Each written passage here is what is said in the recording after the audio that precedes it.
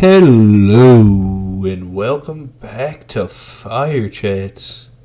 Whip-de-doo, it's been 1 year since I last was on this. How's everybody doing? It's been 1 full year. I haven't given up on the podcast stream. I know that's like everybody's dream nowadays. But, hey man, the sound quality is not going to be as good this time. I'm in a different location, different setup, different mic, everything. But hopefully it'll be acceptable. I figured now, which is kind of weird if you think about it, is a perfect time to get back into the podcast. And we're all in our houses doing nothing. Sports is literally not a thing, so I figured why not talk about sports that literally isn't going on. I know, man. Fantastic idea. More so that, we all have nothing to do right now. We're all in this together with the quarantine dream. So I decided, hey, let's do it. Let's live the quarantine dream. And here I am. Don't have any partners in crime today. I'll try to do this in one shot. We'll see how that goes. You guys won't know, if anybody that's listening, how many times it actually took me here.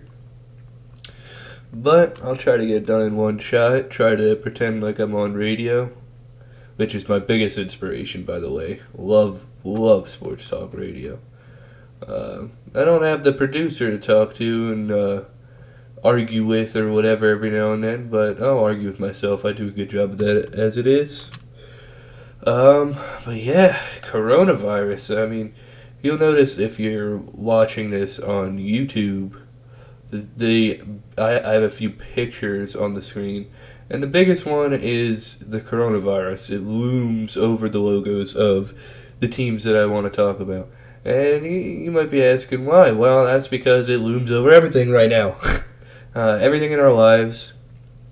And just take a quick second to say, stay safe, everybody. I think most people can agree that this is probably worse than the flu. And I think we know that by now, considering America is steadily getting towards being the number one country in terms of cases. So, with that being said, I think most people are taking it serious now. Maybe a little bit too much. I currently work in retail, and if you guys didn't, I don't know why you guys would know, but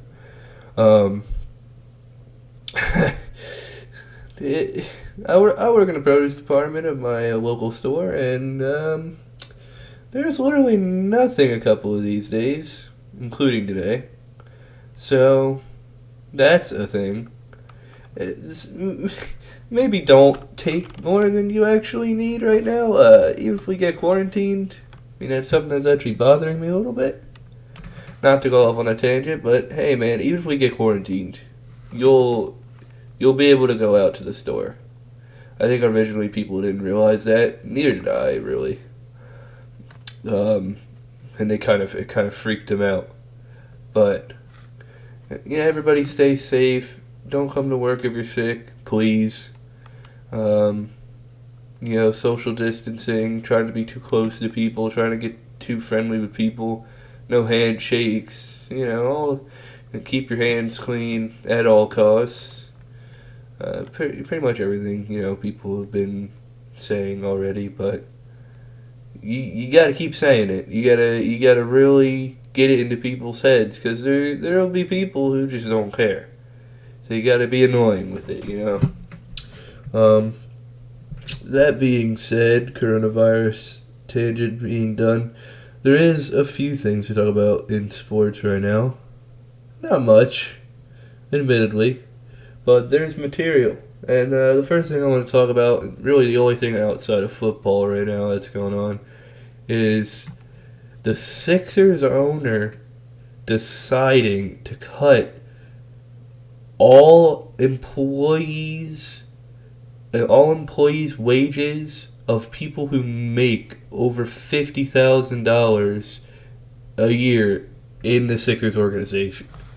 So the cut is by 20%. I'm not going to do that math, but $50,000 isn't that much to begin with. So you can imagine if they're supporting a family and they're losing 20% of that, it's not looking too good. And speaking of radio, I was listening to it earlier, and it seems that people are letting the owner rightfully have it. And I'm not going to go off on a tangent about this. I just wanted to quickly mention it. But that's got to be one of the most heartless things I've seen in a long time. I mean, I feel like sometimes in certain circumstances people actually go too hard on the super rich. Although, they're rich, who really cares? Like, most people aren't going to feel bad for them. But in this instance, I don't think anybody can be on this man's side. I mean, I don't even... During a global pandemic, when people are already struggling, I mean, this is the type of stuff you do if your business is about to go down the tubes. Like, this is like some last-ditch effort stuff. Like, teams in the NBA are not going to go under.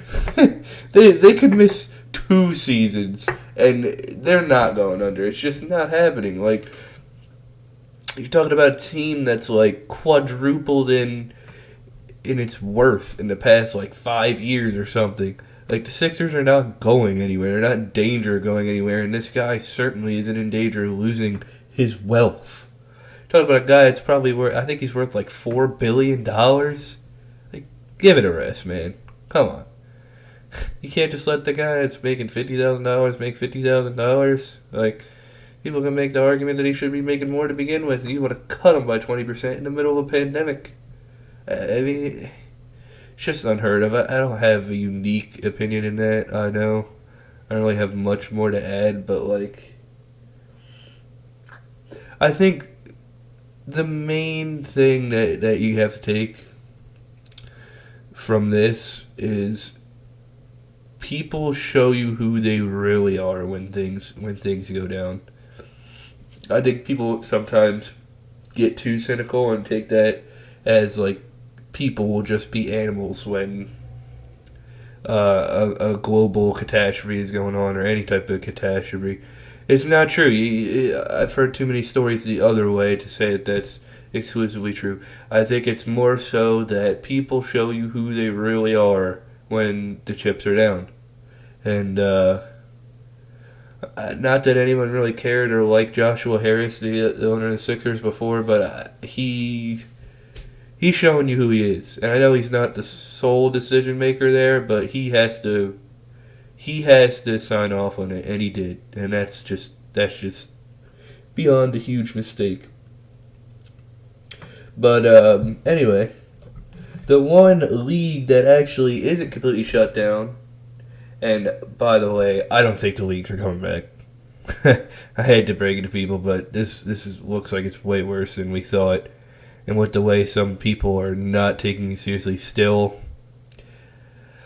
I don't know. I hate to break it to people, but we may not have a hockey or a basketball champion, and this may interrupt the football season. But as of right now, it's still going. The off season, anyway, is still going as scheduled. And that was the main topic that I want to talk about today. Howie Roseman, GM of the Eagles. Hot topic now since free agency started. This is just extremely divisive, although mostly negative towards him right now. And I'm going to take an unpopular opinion here. I'm going to say that he's doing not a great job, not the best job.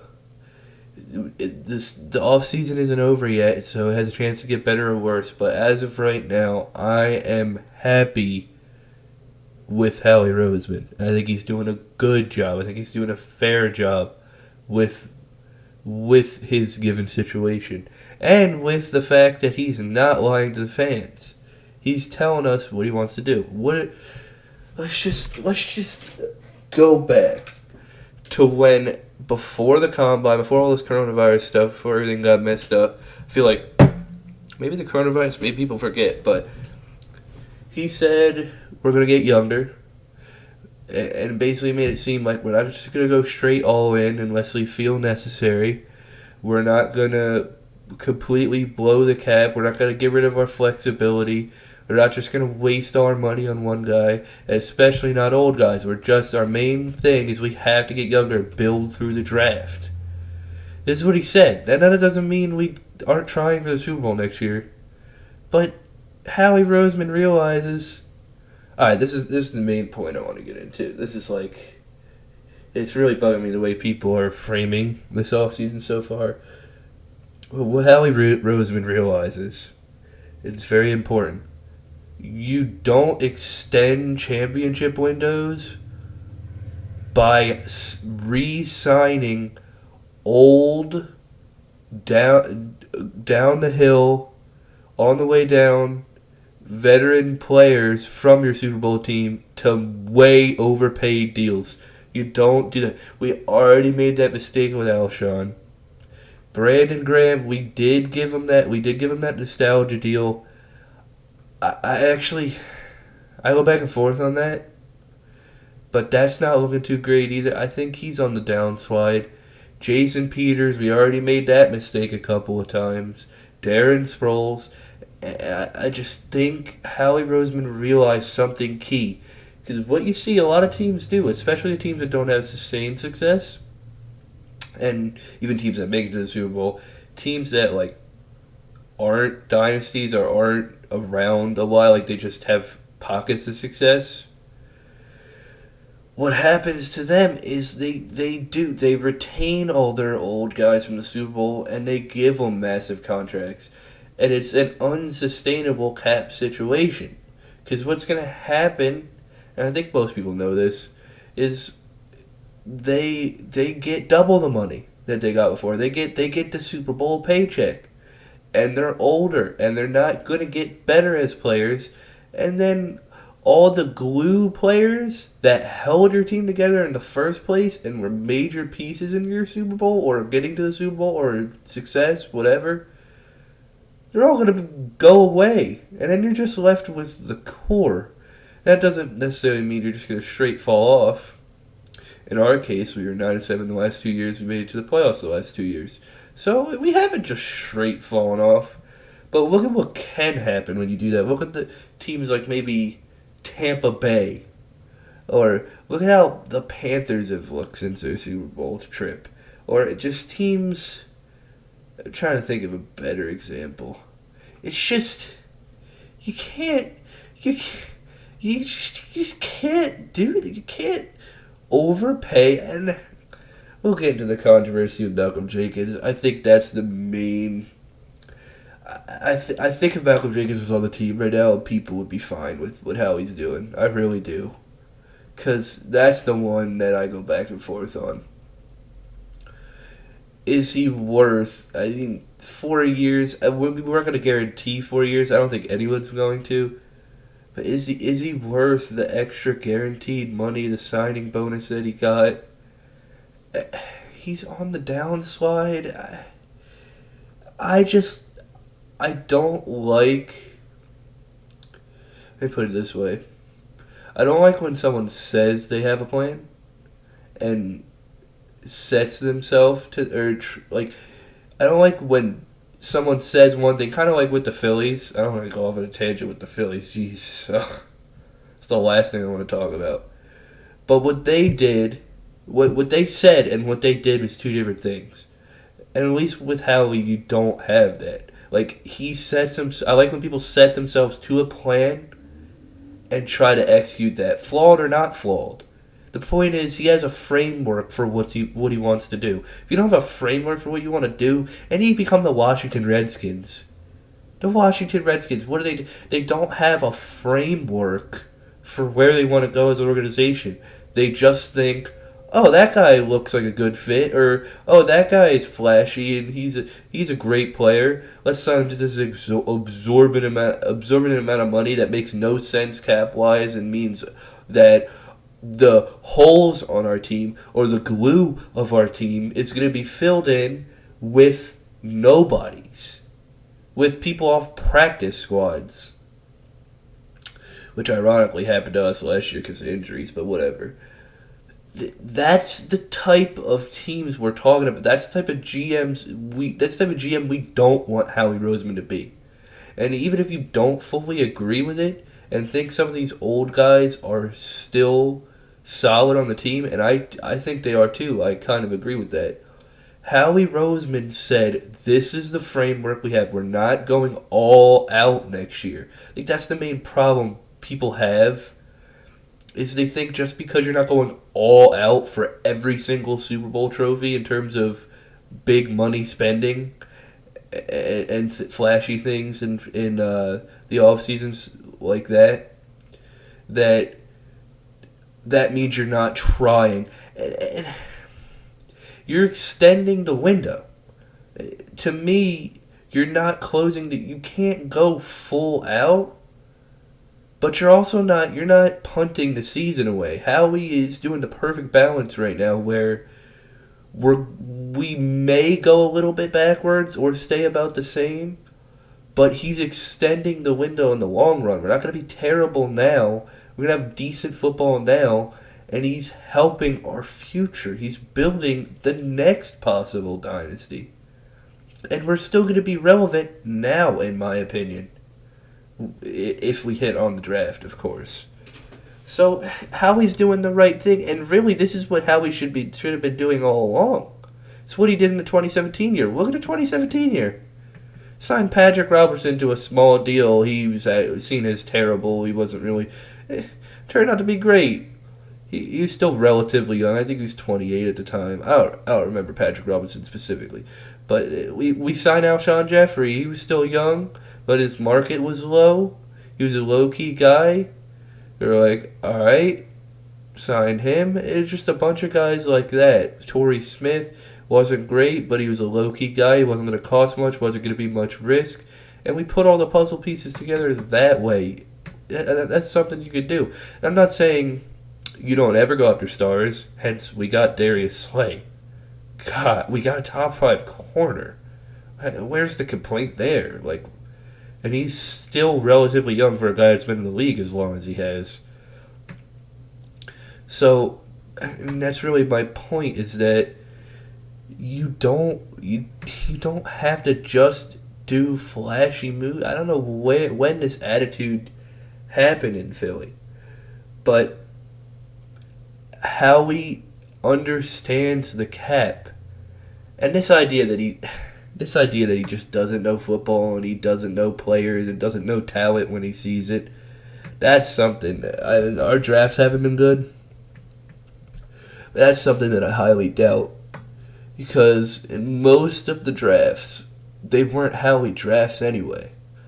I know I'm kind of going all over the place right now, but I just have a lot of feelings about Howie, and it's really it's kind of bubbled up recently.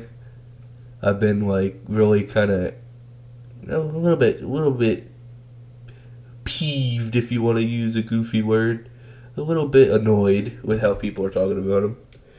But most of his drafts were not him being in control, so we don't even really necessarily know how he is talent-wise, scouting-wise. But, anyway,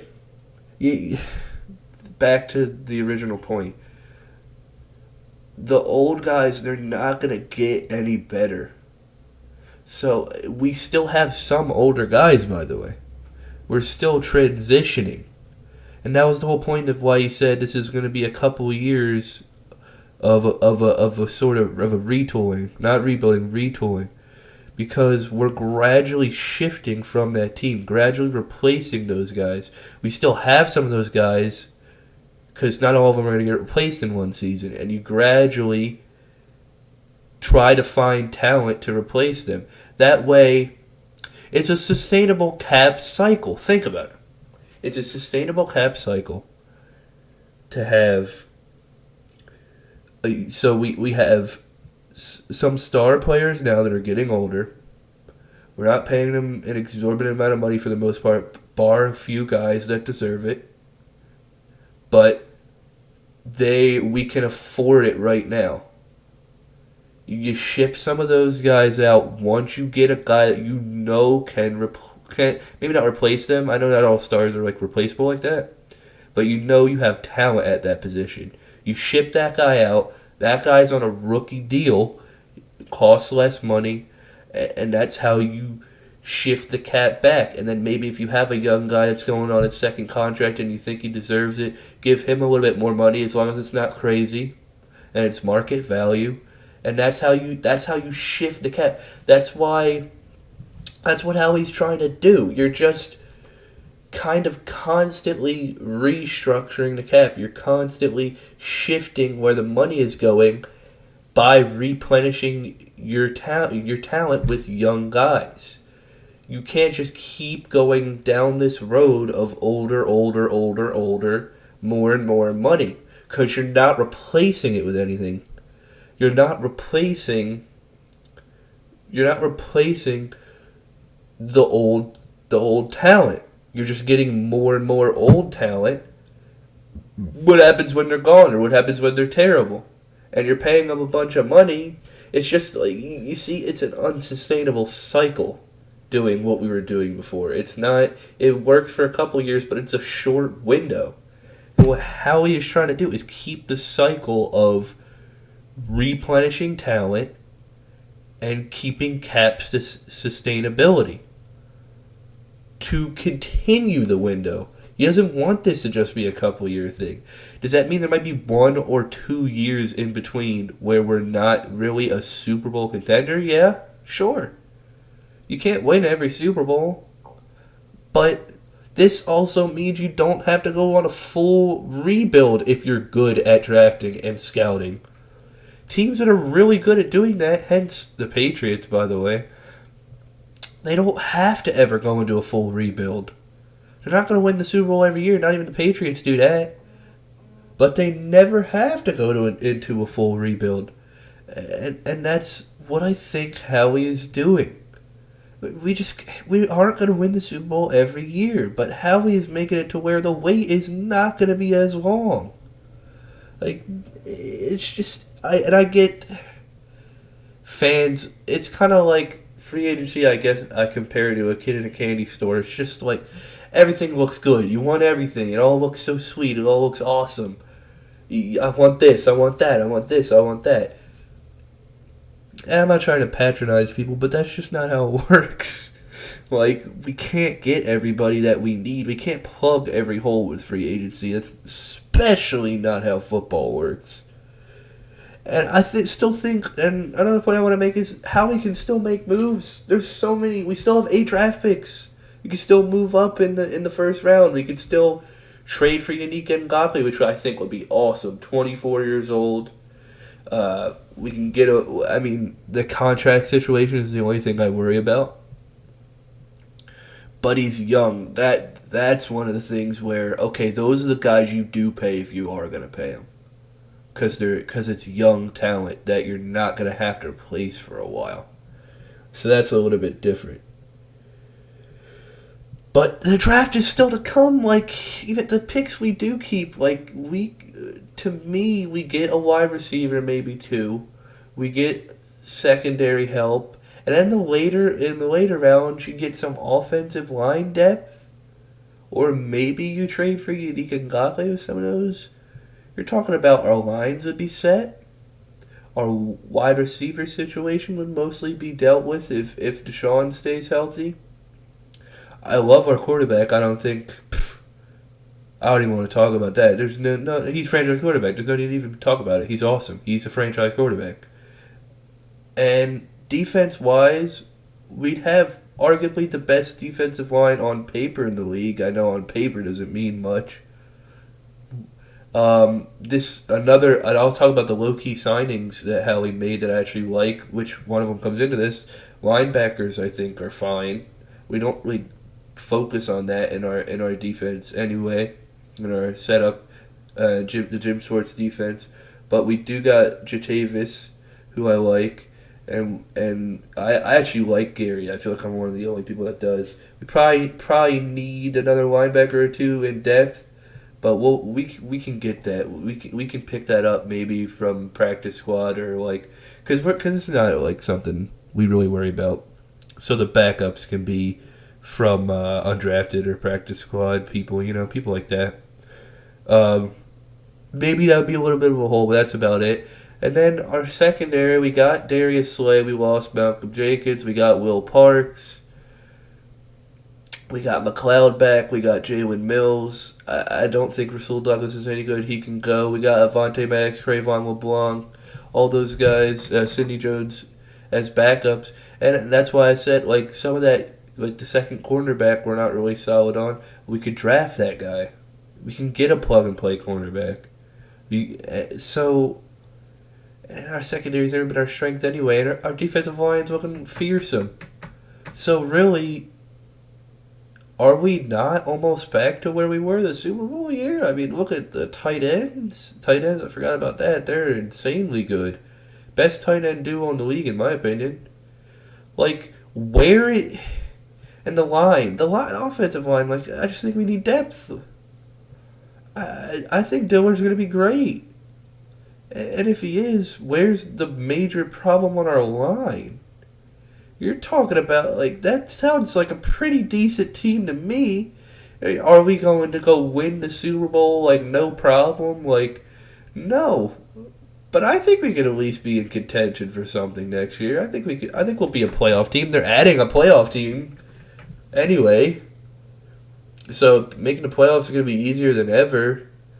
I think we're at least a playoff team, and I think we'll be in a better position to contend than we have been the last 2 years. By everything I just laid out. Not that it's all going to go perfect. And there might be trades that how he's trying to do right now that we wouldn't even think of. So, like, where is the major issue right now? I don't know. It's just the delusion that you have to go absolutely all in every year. And he did say, I'll give people that he did say that's what he was going to do. Alright, but I think Howie Roseman is maturing as a GM. And he's showing he's not just one philosophy, one way of doing things. He's flexible. He's willing to work off of the situation. And I think that's how GMs need to be. You can't just be rigid. You got to be able to work with what you got and the situation that's put in front of you. And the division stinks. I'm sorry. Like, I'm just going to say it. Washington's not coming out of the grave anytime soon, if ever. Dallas, I don't know where this Dallas hype's coming from by their fans. Are they just going to be fantastic all of a sudden? Like, they've lost people. The only thing they gained is Gerald McCoy. Besides that, they've lost a bunch of people. And they kind of stagnated because their cap situation ain't great. Their quarterback ain't happy if he doesn't get a deal. And if he does, it's going to cripple him anyway, so that's a lose-lose. Like, and their quarterback's way worse than ours. So, like, the Cowboy-Eagle dynamic, at worst, is just going to stay the same it's been the last couple of years. So that's fine. The Giants are going to come. I actually have Giants above the Cowboys, but again, they're a rebuilding team. They're not just going to be like a juggernaut out of nowhere. I like the moves they're making, by the way. I think Blake Martinez is really good. I think their quarterback's good. I love Saquon Barkley. Their line will probably get better. I think in general their offense is going to be maybe have a chance to be the best in the division. I don't know. Maybe. It's going to be better. It's going to be really good. And then their defense is going to be better. They made plenty of signings on there. They're not going to be amazing, but they're going in the right direction. But where is the juggernaut there? Where is just like the clear, like, all right, the Eagles can't get in over this team? Like, that's not the situation we're in now, people. I don't know what to tell you. Like, I think we can win that division. Like, I don't know why that's seen as such a hot take. Like, 9-7, 10-6 might be that division again next year. It's not looking too strong. If anything, the only team I would say is like a chance to be like a breakout would be the Giants, but I just don't see it. But I'm not frightened by anybody. That's kind of my main point. I mean, I like Daniel Jones, but like he's kind of got the Carson Wentz fumbleitis problem. I don't know what's going on there, but and one last thing before I go, and yes, I am almost done. I know, sad. Um, just the low key signings that I touched on before. That's what I'm talking about. Where Howie's taking the positions that the old guys that we're getting rid of and replacing them with young guys that are low risk, high reward, have some semblance of like their market is low, but they got something there to where they have a high ceiling, even though their floor is low. Their floor is low, so their market's set low, but their ceiling, like we could unlock their ceiling if you're really confident in your coaches, that's where Will Parks comes in. He's kind of a do-it-all safety that could start possibly and end up not replacing Malcolm Jenkins because you literally can't replace him in the Eagles' history, arguably, but fill in that role as well as he can. And he's from Philly. You gotta love that. Talking about John this and John that, you gotta love that. And his personality, he seems like a good locker room guy. Will Parks. And he to me he has a decent ceiling. I don't know. People are kind of criticizing the moves. I don't know why they don't see it that way, but I think these guys have decent ceilings, and their floors, their low floors, are the reason why their market is so low. But and also it's not risky because we're only doing it for 1 year. And again, if these things turn out to be holes in the team, then it's fine. We're not going all in every year, guys. Like we're just retooling right now, keeping cap sustainability over time by retooling and flushing in youth. You have to do it, or else the cap situation is not sustainable. You'll be paying too much money to old guys and running out of money. And ended up in the situation we were last year, where we got nothing but practice squad guys on. But last thing, Jatavis Brown. I don't know as much about him as I do Will Parks, but I know what I've heard, and I think he has a decent ceiling too. I think he could be something. Linebackers aren't really that important to us, and I'm not really worried about that, to be honest with you. But he seems like he can make some plays too. And then you got Javon Hargrave. It's a freaking beast. Why? So we get nothing but defensive line depth in our Super Bowl year, and that's one of the main components of our Super Bowl. And everybody's okay with it. Yeah, build your team from the lines and then go outward. Everybody's so okay with it.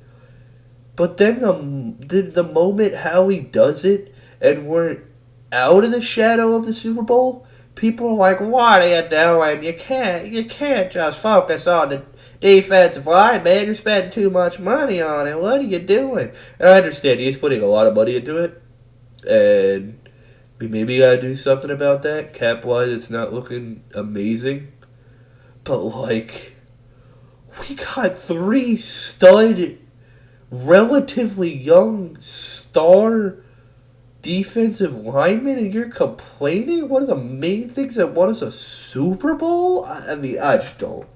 I don't get that at all. I think I want him to get more. I want him to get more linemen. I want him to get Yannick and Ngakwe if he can, and keep it cap sustainable. I want him to get offensive linemen in the draft so we can have a little bit more.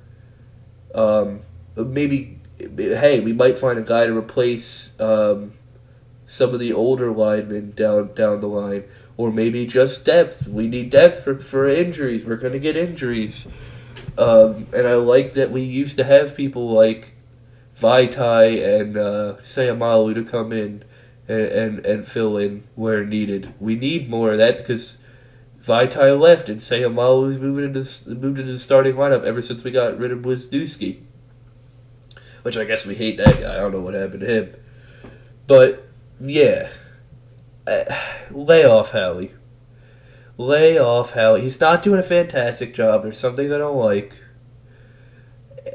But I'll also add, even more in his credit, he's known when to say no, too. When you can't just blow all your money on guys that aren't worth it. They're not going to put you over the top. They're just going to put you in a bad cap situation. You can't be the Washington Redskins. In other words, Byron Jones, he's making $20 million the first 2 years of his contract. We got a guy for slightly less money. That's way better. Like, what? This is great GM work. I just don't get it. Like, there's so many people that we're pissed off he's not getting, but it's either he understands the importance of locker room chemistry and locker room structure, so he doesn't bring in any bad apples there, and he doesn't overpay. Like, this is what good GMs do. I can go off a tangent for another 5 hours on that, but this is as long as I want to go. It's nice to be back. FireChats again. Episode 3 only took me a year.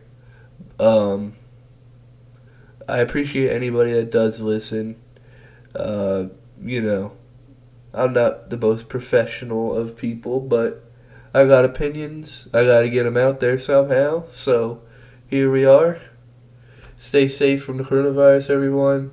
Thanks for listening. And why my voice just gets so high? That was weird.